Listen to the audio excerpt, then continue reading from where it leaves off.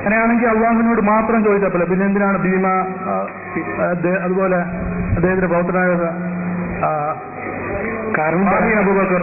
ഓരോരുത്തരും ചോദിക്കുന്നതിനാണ് നമുക്കിപ്പോ തർക്കം എന്ന് വെച്ചാൽ അള്ളാഹു അല്ലാവല്ല സൃഷ്ടികളും തമ്മിലുള്ള അതാണ് നമ്മുടെ വിഷയം. അങ്ങനെയുള്ള ഒരു കാര്യത്തിൽ എന്തിനാണ് ഈ തർക്കം? അള്ളാഹു സഹായിക്കുന്ന കാര്യത്തിൽ ലോക മുസ്ലിങ്ങൾക്ക് ആർക്കും സംശയമില്ല, മുജാഹിദുകൾക്ക് സംശയമില്ല, സുന്നികൾക്ക് സംശയം. അള്ളാഹു മാത്രമേ സഹായിക്കുള്ളൂ. എങ്കിൽ അള്ളാഹുവിനോട് മാത്രം ചോദിച്ചാൽ പോരെ. എന്തിനാണ് ഈ ഔലിയാക്കളോ നിങ്ങൾ വിശേഷിപ്പിക്കുന്ന ആൾക്കാരോട് സഹായം ചോദിക്കുന്നത്? മറ്റവരോട് സഹായം ചോദിക്കൽ ശിർക്കാണോ അല്ലയോ? മുജാഹിദ് ജമാഅത്ത് പോലത്തെ പ്രസ്ഥാനങ്ങൾ പറയുന്ന ശിർക്കാണെന്നാണ്. മാഹിയും വലിയുള്ളാനെയോ മുഹീദ്ദീനെയോ ഒരാൾ വിളിച്ചാൽ സഹായം ചോദിച്ചാൽ അവൻ കാഫിർ മുശ്രിക്കാണെന്നാണ് മുജാഹിദിന്റെ വാദം. അപ്പൊ അതിനൊക്കെ പോയി ഇപ്പൊ എവിടെ എത്തി? എന്തിനാണ് ചോദിക്കുന്നത്? അള്ളാഹുവിനോട് ചോദിച്ചാൽ പോരെ, മറ്റുള്ളവരോട് എന്തിനാണ് ചോദിക്കുന്നത് എന്ന ആ രണ്ടാമത്തെ ചോദ്യമാണ്. ഒന്ന് ശിർക്കാണോ ഇല്ലയോ? ശിർക്കല്ല എന്ന് സമ്മതിച്ചു, അൽഹംദുലില്ലാഹ്. ഇനിയിപ്പോ അള്ളാഹു അല്ലാത്തവരോട് എന്തിനാണ് ചോദിക്കുന്നത്? അതിന്റെ മറുപടി അള്ളാഹ് തന്നെ പറഞ്ഞിട്ടുണ്ട്. ഇന്നമാ വലിയുക്കുമുല്ലാഹു വറസൂലുഹു വല്ലദീന ആമനു ലല്ലദീന യുഖീമൂന സ്വലാത്ത. അള്ളാഹു നിങ്ങളെ സഹായിക്കും, റസൂലും സഹായിക്കും, ഈമാനിൽ പരിപൂർണതായ മുഅ്മിനീങ്ങളെ നിങ്ങളെ സഹായിക്കുമെന്ന് പറഞ്ഞ അള്ളാഹുവിന്റെ ഓർഡറാണ്, അള്ളാഹുവിന്റെ നിർദ്ദേശമാണ്. അതുകൊണ്ടാണ് കുഞ്ഞുകള് അള്ളാഹുവിന്റെ അയാക്കന്മാരോട് സഹായം ചോദിക്കുന്നത്. മാത്രമല്ല അള്ളാഹുവിന്റെ റസൂലും സഹായം ചോദിക്കാൻ ഞാൻ വിഷയാവതരണത്തിൽ തന്നെ ഒരു ഹദീസ് പറഞ്ഞിരുന്നു. എന്ത്? നിങ്ങൾ വിജനമായ സ്ഥലത്ത് ചെന്നപ്പെട്ടാൽ അവിടെ നിങ്ങളെ സഹായിക്കാൻ ആരുമില്ല എങ്കിൽ നിങ്ങൾ യാ ഇബാദല്ലാഹ്, അള്ളാഹുവിന്റെ അബുദാരികളാകുന്ന വലികളെ എന്നെ നിങ്ങൾ സഹായിക്കണേ, എന്നെ നിങ്ങൾ സഹായിക്കണേ എന്ന് വിളിക്കണമെന്ന് റസൂലുള്ളാഹിന്റെ നിർദ്ദേശമുണ്ട്. മാത്രമല്ല എങ്കിൽ പിന്നെ ഡോക്ടറെ ഒന്നും കാണാൻ പോകണ്ട. പിന്നെ അത് അള്ളാഹുവിന്റെ ഔലിയാക്കന്മാരിൽ മാത്രമല്ലല്ലോ.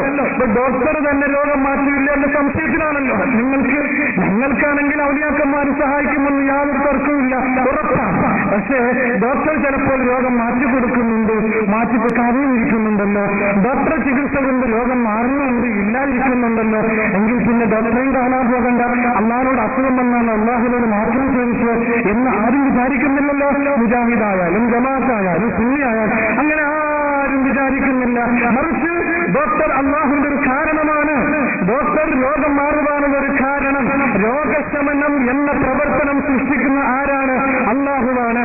ആ രോഗശമനം ഡോക്ടറാകുന്ന കാരണം മുഖേന ഇവിടെ നടപ്പിൽ വരുന്നു. മുഹീദ് ശൈഖ് അള്ളാഹു സഹായിക്കാനുള്ള ഒരു കാരണം മാത്രമാണ്. അള്ളാഹു സൃഷ്ടിക്കുന്ന സഹായം മുഹീദ് ശൈഖ് മുഖേന നമ്മളിലേക്ക് എത്തുന്നു. മുഹീദ് ഒരു കാരണം മാത്രമാണ്. ഈ വിശ്വാസമേ സുന്നികളുള്ളൂ. ഡോക്ടറെ പറ്റി നാം എന്താണോ വിശ്വസിക്കുന്നത്, ഒരു കാരണം, രോഗം മാറുവാനുള്ള ഒരു കാരണം. അതുപോലെയാണ് മുഹീദ് ശൈഖും റിഫായി ശൈഖും അള്ളാഹുവിന്റെ ഔലിയാക്കന്മാരും. അപ്പോൾ വാസ്തവത്തിൽ ചോദിക്കുന്നത് ആരോട് തന്നെ? അള്ളാഹുവിനോട് തന്നെ. അപ്പോൾ അള്ളാഹു അല്ലാത്തവരോട് ചോദിക്കാമെന്ന് അള്ളാഹു പറഞ്ഞിട്ടുണ്ട്, റസൂലുള്ള കൽപ്പിച്ചിട്ടുണ്ട്. മാത്രമല്ല നമ്മൾ ന്യായങ്ങളും ബുദ്ധിപരമായിട്ട് ചിന്തിക്കുമ്പോഴും എതിരല്ല. അതുകൊണ്ടാണ് ഞങ്ങൾ ചോദിക്കുന്നത് എന്ന് ഓർമ്മപ്പെടുത്തുന്നു. ഈ അള്ളാഹു അല്ലാത്തവരോട് നിങ്ങൾ ചോദിച്ചതിന് സദാക്കളും ഈ മുഖാമുഖം വീക്ഷിക്കുവാൻ വന്നിട്ടുണ്ട്. അവർ ഈ മുഖാമുഖത്തിന്റെ പരിസര പ്രദേശങ്ങളിൽ നിൽക്കുന്നത് ഞങ്ങൾ അറിയുന്നുമുണ്ട്.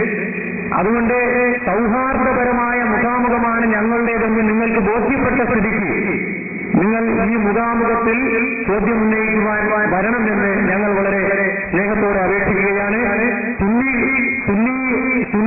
സുന്നികളെന്നോ മുജാഹിദുകളെന്നോ ജമാഅത്തെ ഇസ്ലാമിയെന്നോ വേർതിരിവില്ലാതെ ഈ മുഖാമുഖത്തിൽ ചോദ്യം ഉന്നയിക്കാമെന്ന് നാം ആദ്യമേ നയം വ്യക്തമാക്കിയിട്ടുണ്ടായിരുന്നുവെങ്കിലും ഈ മുഖാമുഖത്തിൽ മുജാഹിദുകൾ ഉള്ള സ്ഥിതിക്ക് സുന്നികൾ ആരും ഈ ചോദ്യം ചോദിക്കുവാൻ കടന്നു വരരുത് എന്ന് വളരെയധികം വിനയപുരസ്സരം അപേക്ഷിക്കുകയാണ്. ഈ പണ്ഡിതന്മാർ സഹായം ചോദിച്ചു എത്ര സഹായമാണ് നിങ്ങൾക്ക് കിട്ടിയത്? ഇപ്പൊ അവസാനമായിട്ട് ഉസ്താദ് പ്രസംഗിച്ച സമയത്ത് പലസ്തീനിലെ ലബനാനിലെ ആൾക്കാർക്ക് വേണ്ടി അള്ളാഹുവിനോടാണ് നിങ്ങൾ പ്രാർത്ഥിച്ചത്. അപ്പൊ നിങ്ങൾക്ക് ഉറപ്പുണ്ട് അള്ളാഹു മാത്രമേ കേൾക്കുകയുള്ളൂ, അള്ളാഹുവിന്റെ ആചാരങ്ങൾ കേൾക്കുകയില്ല. അങ്ങനെ കേൾക്കാനും നിങ്ങൾക്ക് ഉറപ്പുണ്ടായിരുന്നെങ്കിൽ ഔലിയാക്കൾ നിങ്ങൾ ഒരുമിച്ച് പ്രാർത്ഥിക്കണമായിരുന്നു. ആൾക്കാരെ വിട്ടുമില്ല, പോട്ടെ എന്നാലും മാറ്റിയേക്കാം. മുജാഹിദ് പടത്തോടെ മാത്രം വിളിക്കുന്ന ആളുകളാണ്. ഇതെന്താ ഓർക്ക് ഉത്തരം കിട്ടാത്തത്? അല്ല പറയാം.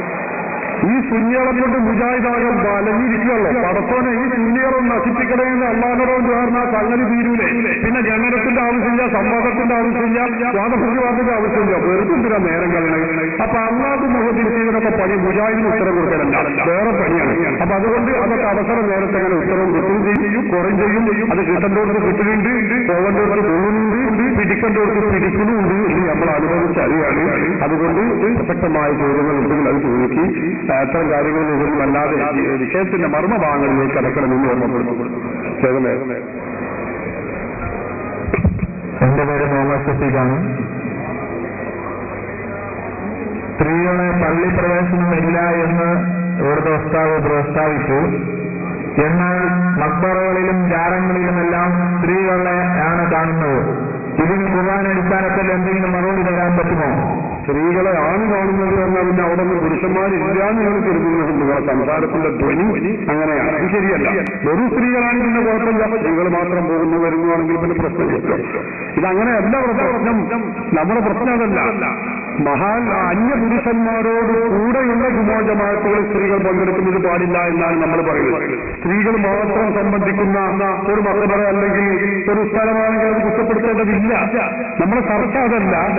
അന്യ പുരുഷന്മാർ പങ്കെടുക്കുന്ന ജുമാ ജമാഅത്തുകളിൽ സ്ത്രീകൾ പങ്കെടുക്കാൻ വേണ്ടി പുറപ്പെട്ടു പോകാൻ പാടില്ല. ഇതാണ് നമ്മൾ പറയുന്നത്. നിങ്ങളുടെ ചോദ്യം മക്ബറകളിൽ സ്ത്രീകൾ പോകുന്നു പാടുണ്ടോ എന്നാണ്. മഹാത്മാക്കളുടെ മക്ബറകൾ സിയാറത്ത് ചെയ്യുന്നത് സ്ത്രീകൾക്ക് കൂടി സുന്നത്താണെന്ന് പണ്ഡിതന്മാർ പഠിപ്പിച്ചിട്ടുണ്ട്. ബഹുമാനപ്പെട്ട ഇമാം ഇബ്നു ഹജർ അൽ-ഹൈതമി തന്റെ ദിഫത്തുൽ മുഹ്താജിന്റെ 3ാമത്തെ വള്ളിത്തിൽ വിശദീകരിച്ചിട്ടുണ്ട്. ബഹുമാനപ്പെട്ട ഇമാം മുഹമ്മദ് റംലി തന്റെ നിഹായത്തുൽ മുഹ്താജിന്റെ 2ാമത്തെ വള്ളത്തിൽ വിശദീകരിച്ചിട്ടുണ്ട്. പലരും ഇത് രേഖപ്പെടുത്തി വെച്ചിട്ടുണ്ട്. അതിന്റെ അടിസ്ഥാനത്തിലാണ് പോകുന്നത്. നേരത്തെ സൂചിപ്പിക്കപ്പെട്ടതുപോലെ സുന്നത്താണ്.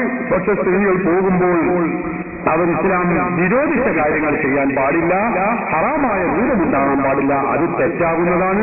ഈ കാര്യം പ്രത്യേകമായി ശ്രദ്ധിക്കേണ്ടതാണ്.